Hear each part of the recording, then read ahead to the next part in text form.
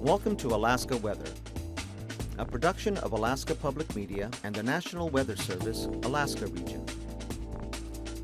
Produced and broadcast daily from the studios of KAKM, Alaska Weather provides complete forecasts, public, marine, and aviation for all of Alaska. Alaska Weather is made possible by the following sponsors.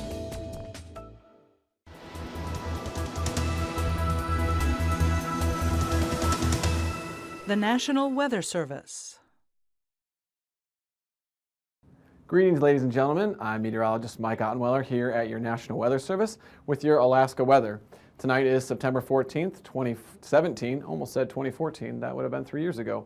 And as always, you can get in touch with us at 1-800-472-0391.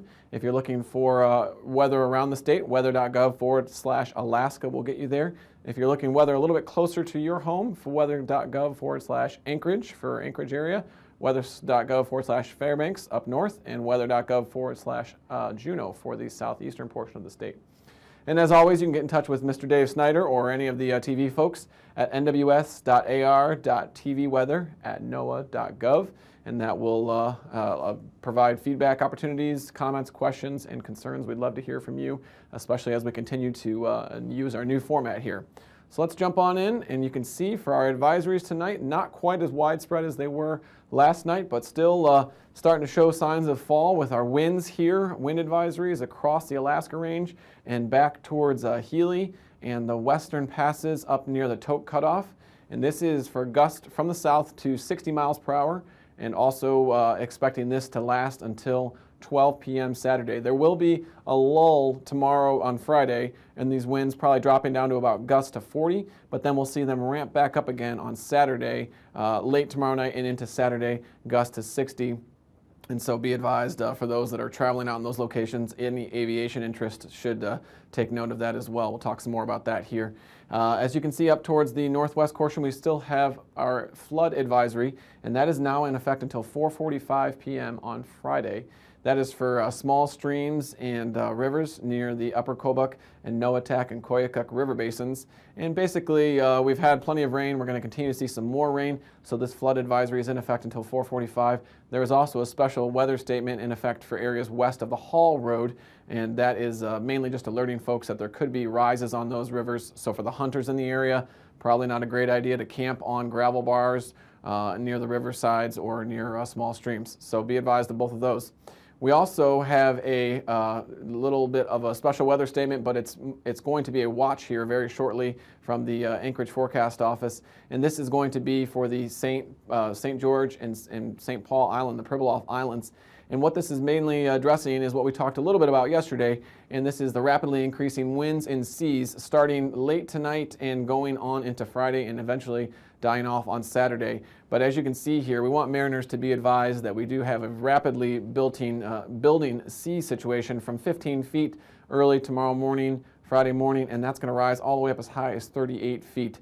So rapidly building seas will definitely cause hazard potential, and then for wind gusts up to 65 miles an hour, and I just talked with the forecasters, and they are actually going to have 80 miles an hour in their watch. And so be advised for folks that are going to be out in those areas traveling around the region, that will definitely be a hazard, especially as it moves down into the little bit more heavily traveled waters here north of the Alaska Peninsula. So these are your sea heights. You can see here pushing up into the mid and upper 30s, and then our winds depicted out of the northwest and eventually becoming westerly.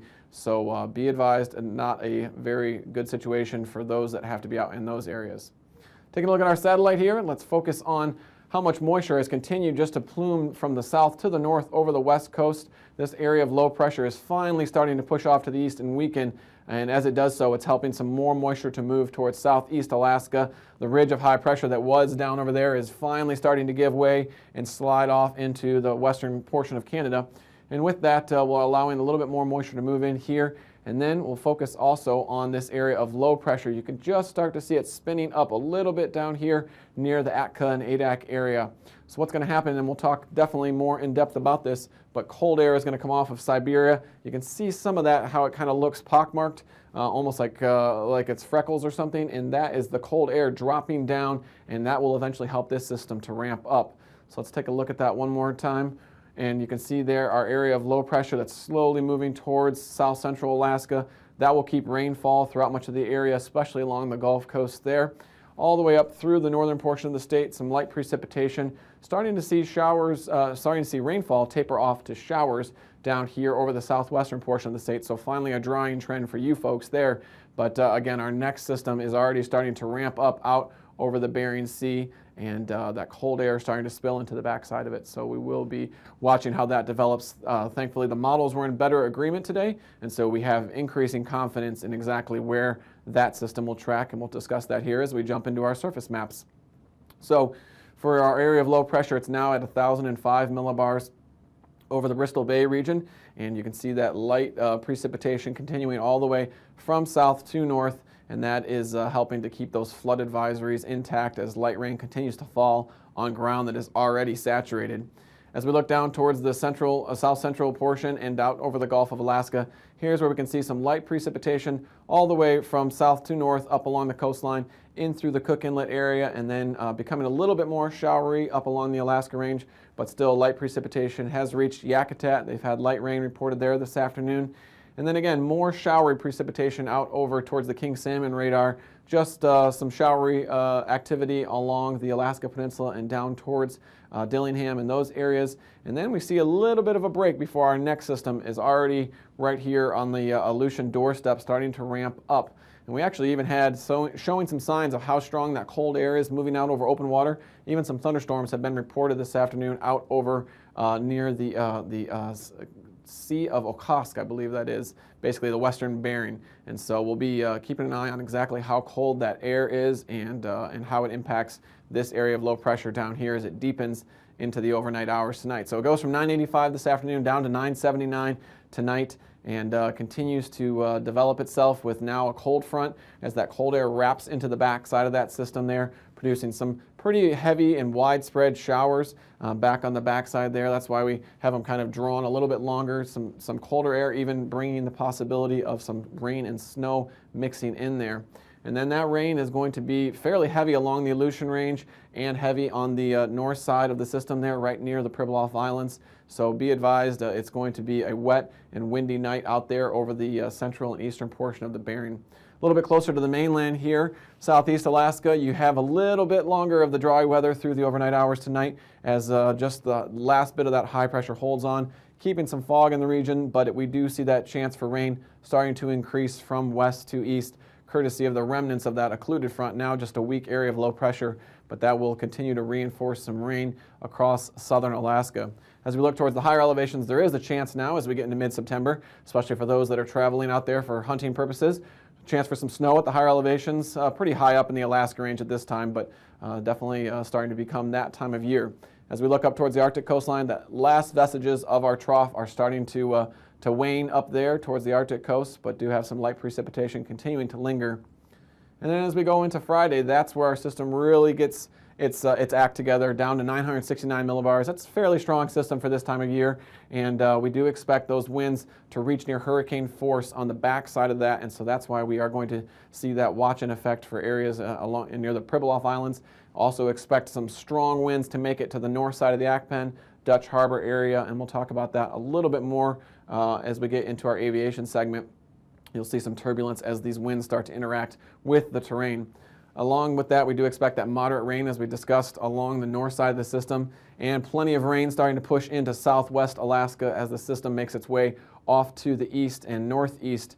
And then as we get a little bit farther north, a drying trend over towards the northwestern portion of the state for a little bit of a reprieve before this area of low pressure makes its way in.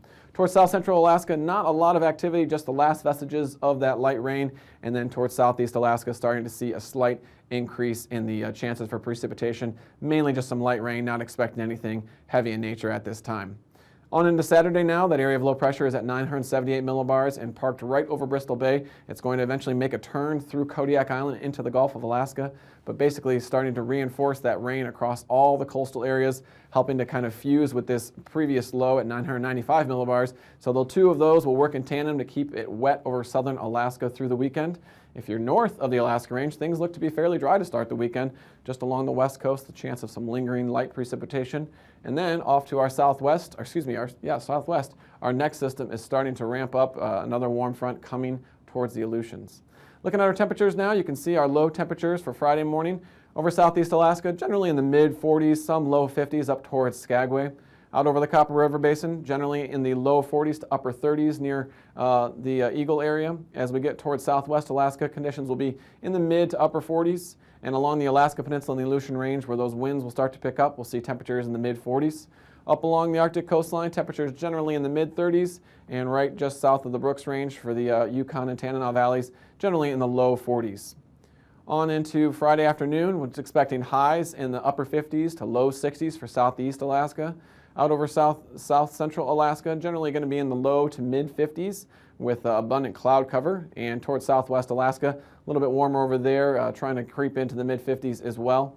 For central portion of the state, we're looking for temperatures to possibly reach 61 for the warm spot there at Fairbanks. Along the Brooks Range, temperatures in the mid 40s, and along the Arctic coastline, expect temperatures in the low 40s. As we get towards Saturday now, our lows on Saturday morning expected to be in the mid to upper 40s, maybe even some 50s towards Skagway with a little bit more cloud cover than we've been seeing. Out over much of the state where that drier air did start to make it in on Saturday, we do see a little bit more clearing, a little bit cooler temperatures, and then keeping things in the mid 40s for southwest Alaska Saturday morning. On into Saturday afternoon, rebounding pretty nicely over southeast Alaska in the mid 50s and generally upper 50s to low 60s across much of the state except for 40s north of the Brooks Range.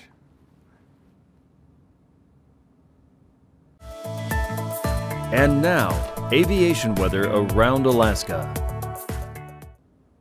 Let's take a look at your flying weather now. As you can see here for Friday morning, as with our system making its way across the Bering Sea, a fairly widespread north to south stretched out axis of IFR conditions with a fairly significant surrounding area of MVFR conditions, and that will continue to track off to the east as we go through the day. As our front continues to fall apart over the west coast with that south to north flow, moisture will still produce pockets of IFR with a little bit more MVFR conditions throughout that region. And then as we get towards southern Alaska and south central, you'll see some MVFR conditions along the coast with just a small swath of IFR conditions starting to intrude there into the Prince William Sound.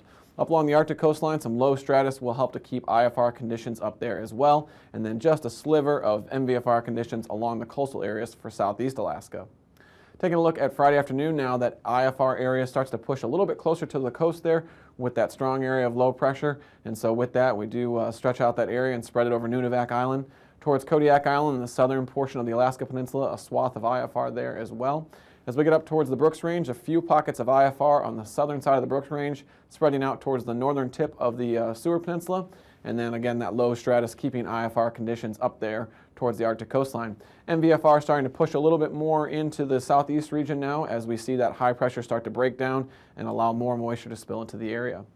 Conditions will continue to deteriorate across the Gulf on Saturday now. On Saturday morning, this IFR area will build here as the front starts to decay over the area and not a whole lot of flow to mix things out, so low stratus and fog anticipated throughout that region.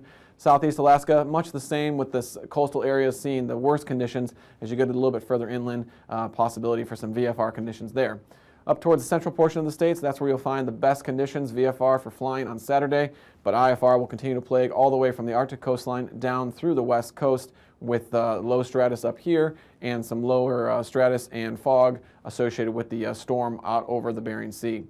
And into Saturday afternoon, again, just that general progression from west to east of this area of IFR conditions starting to back up a little bit more now along the Gulf Coast. And then MVFR conditions, again, around this area of low pressure out over the Bristol Bay region, and no change for the stratus up there along the Arctic coastline with IFR persisting through the day Saturday.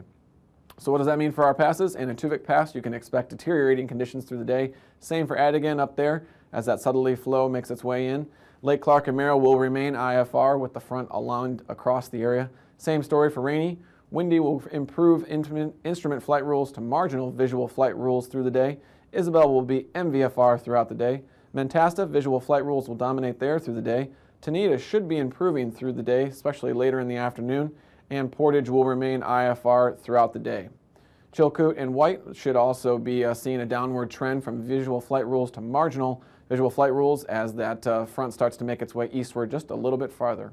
So as we look at our freezing levels now, you can see generally fairly warm conditions persisting out over the Aleutian chain towards the Akpen and even over the majority of the state. For the middle of September here, still looking at freezing levels between 4,000 and 6,000 feet, and then our colder air continues to be backed up here over towards the western portion of the Bering and the Russian Siberian Peninsula.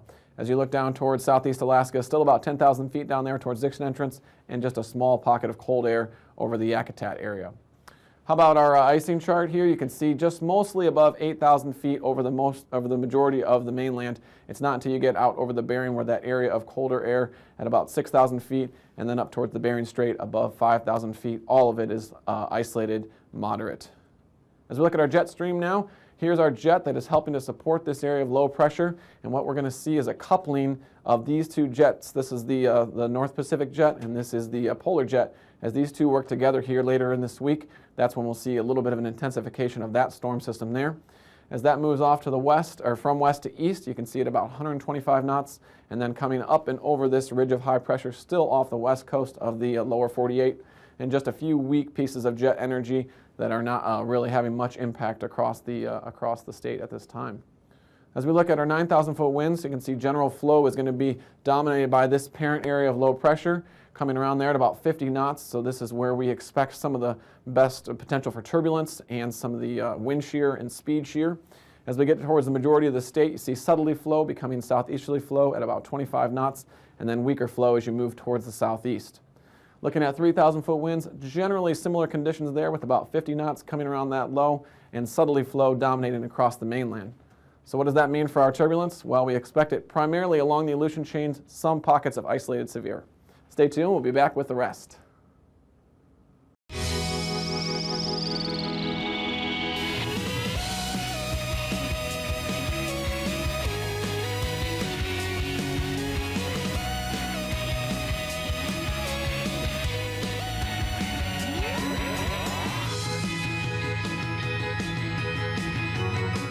Bye-bye, Jupiter. Welcome to Stargazers. I'm Dean Regas, astronomer from the Cincinnati Observatory. And I'm James Albury, director of the Kika Silva Pla Planetarium in Gainesville, Florida. Jupiter is about to leave our evening skies once again, so Dean and I thought we'd share one of our favorite ways to remember the order of Jupiter's 4 largest moons. That's right, James. I hate to say it, but let's go eat some green caterpillars. Jupiter is the largest planet in our solar system, and it's the 5th one from the Sun. Earth is, on average, 93 million miles away from the Sun, whereas Jupiter's average distance is 484 million miles. But because Jupiter is a much slower moving planet than our Earth, Jupiter and Earth constantly vary their distance from each other. Once each year, Earth and Jupiter line up on the same side of the Sun and are many millions of miles closer to each other. Whenever this happens, we say Jupiter is at opposition because Jupiter is opposite the Sun in the sky as seen from Earth. Jupiter was at opposition back on April 7th and was only 400 million miles away. When Jupiter is near opposition, it's great to look at because it's at its closest and brightest. When Jupiter is at its farthest distance from us and is on the other side of the Sun as seen from Earth, it can be as far as 593 million miles away. That is going to happen later at the end of October, and Jupiter will be at what astronomers call superior conjunction. Therefore, this week is your last chance to view Jupiter before it gets caught in the glare of the Sun. If you get to look at Jupiter through a telescope, you can see its 4 largest moons. Here's where the I Eat Green Caterpillars comes in. Okay, we got our skies set up for just after sunset any night this week facing west. Just above the west-southwestern horizon, you may see 2 fairly bright objects. The lower one is the blue giant star Spica, the brightest star of Virgo the Maiden. The bright object above it will be Jupiter. As you look through your telescope, you'll also notice something that attracted the attention of Galileo, the first person who ever looked at Jupiter through a telescope.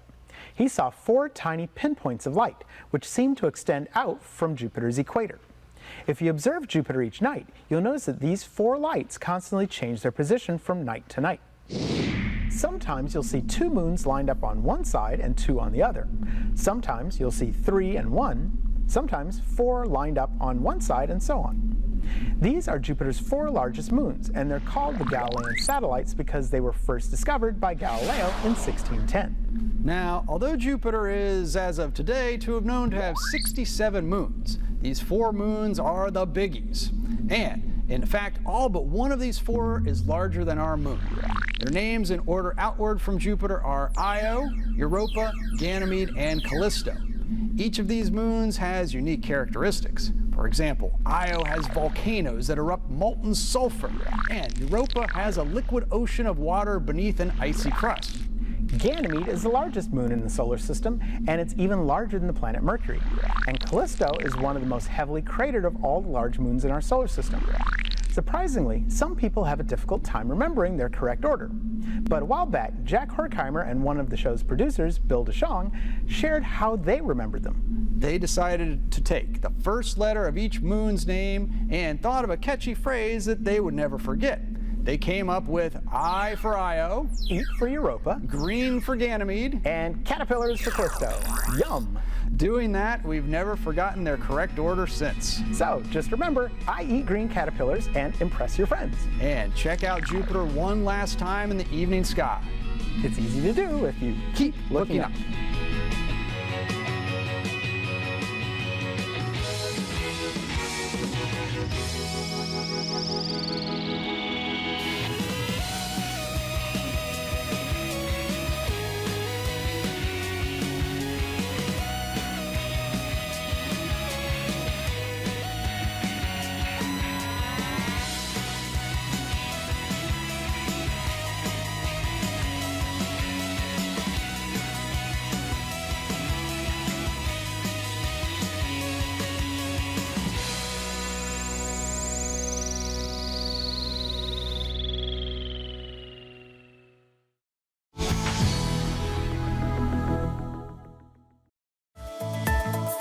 And now, marine weather around Alaska. Onto our sea ice map now, and as you can see, the trend continues for more melting. The ice pack is even farther away, almost off our screen here, off your screen at home, and still about 150 miles to the ice pack near or off the coast of AKwx. So continued melting. We are approaching that sea ice minimum, probably be there within the next week. Southeast marine forecast, you're looking at about 15 knots out of the south at 3-foot seas for Lynn Canal, and then over the southern portion of the inner waters, 10-foot seas 10 knots out of the north and northwest, becoming 15 as you get down towards Dixon Entrance, and seas about 2 to 3 feet. Along the outer waters there, generally a west to southerly flow, about 10 to 25 knots up here towards Prince William Sound and Kayak Island, and seas generally on the order of 5 to 8 feet. As we get into Saturday, start to see things increase a little bit over the outer waters, all the way up to 12-foot seas up near Prince William Sound, and down to 6-foot seas as you get closer to Craig. And generally a southerly wind becoming southeasterly, anywhere from 20 knots up to gale force winds here just outside of Yakutat. For the inner passageways, expect mostly a southeast and easterly wind, 10 to 15 knots, and seas between 2 and 3 feet on Saturday. Looking at South Central, still fairly calm out there on Friday. Generally a southeast to easterly wind as you move from the outer waters to the inner waters. Expect winds to be between 15 and 20 knots, except for 25 knots there near the western Barren Islands, and seas between 8 and 9 feet out of the open waters, and about 3 to 4 feet where things are protected. On into Saturday, we see generally a northeast wind coming down Cook Inlet, 15 to 20 knots, seas 4 to 5 feet, and then more of a southeast and southerly wind out towards the Barren Islands, about 30 to 35 knots, and seas about 7 to 8 feet. Easterly wind 30 knots and seas 6 feet for Prince William Sound on Saturday. Stepping on into the Alaska Peninsula now, here's where we start to see our more active weather. We can see generally a south to southeasterly wind south of the Akpen, looking between 25 and 35 knots, and seas 7 all the way up to 14 feet.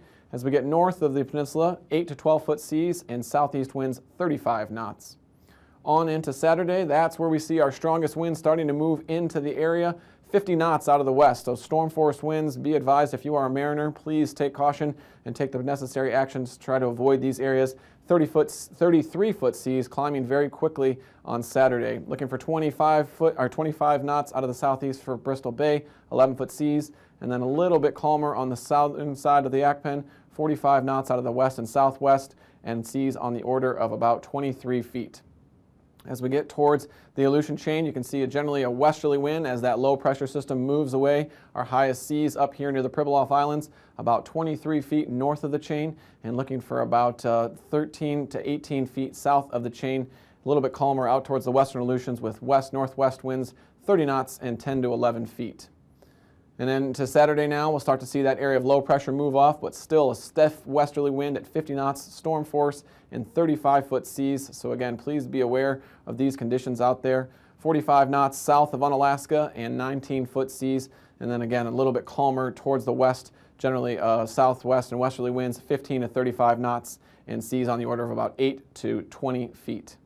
As we get towards the west coast, you can see a little bit more confused flow around that area of low pressure, that counterclockwise flow, going southeast 40 knots, becoming northeast 35, and then southwest 50. Seas between 13 and 22 feet, and a little bit farther north, easterly winds 15 to 25 knots, and seas 4 to 7 feet on Friday. And then on Saturday, looking for more of an east, becoming northerly flow in that counterclockwise fashion, 20 to 25 knots. Unless you're down near the Pribilof Islands, then you're looking for northwest winds 30 to 50 knots, and seas between 13 and 27 feet.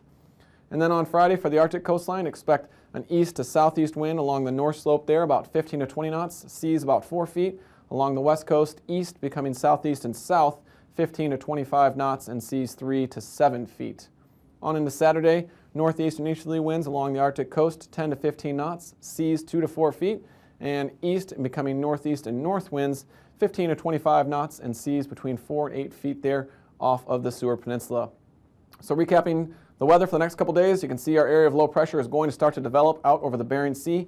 Light rain will continue for much of southern Alaska, starting to push into southeast Alaska, and we'll finally start to see some light rain taper off for the Brooks Range and the portions of the Norton Sound area. Our area of low pressure is down to 969 millibars. Do have storm force winds with possible hurricane force gust and a high wind watch out there, and start to see things dry out a little bit for the interior. Thanks for joining us this evening. Have a great night. These forecasts are to be used for planning purposes only. Call 1-800-WX-BRIEF for a formal pre-flight briefing. Always file a flight plan before you go flying. The U.S. Coast Guard Auxiliary urges you to leave a float plan with a friend or the harbor master before you go boating. Alaska Weather is made possible by the following sponsors.